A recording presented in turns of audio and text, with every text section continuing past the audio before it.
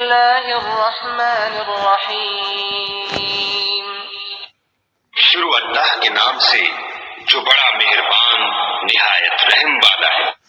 قل یا ایھا الکافرون،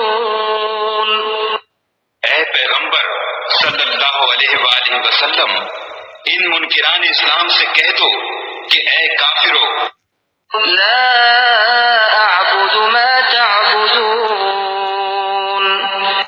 جن بتوں کو تم پوجتے ہو ان کو میں نہیں پوجتا، ولا انتم عابدون ما اعبد، اور جس خدا کی میں عبادت کرتا ہوں اس کی تم عبادت نہیں کرتے، ولا انا عابد ما عبدتم، اور میں پھر کہتا ہوں کہ جن کی تم پرستش کرتے ہو ان کی میں پرستش کرنے والا نہیں ہوں، ولا انتم عابدون ما اعبد، اور نہ تم اس کی بندگی کرنے والے معلوم ہوتے ہو جس کی میں بندگی کرتا ہوں۔ لکم دینکم ولی دین، تم اپنے دین پر، میں اپنے دین پر۔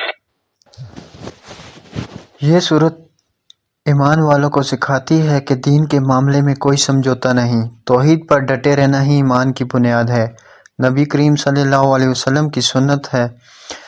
حضرت رسول صلی اللہ علیہ وسلم اکثر سورہ کافرون اور سورہ اخلاص کو سنت فجر اور سنت مغرب میں پڑھا کرتے تھے۔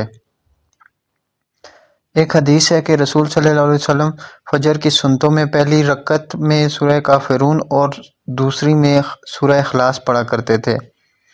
یہ سورت شرک سے حفاظت کرتی ہے۔ یہ سورت پڑھنے والا اللہ کی توحید پر قائم رہتا ہے اور ہر باطل عقیدے سے محفوظ رہتا ہے۔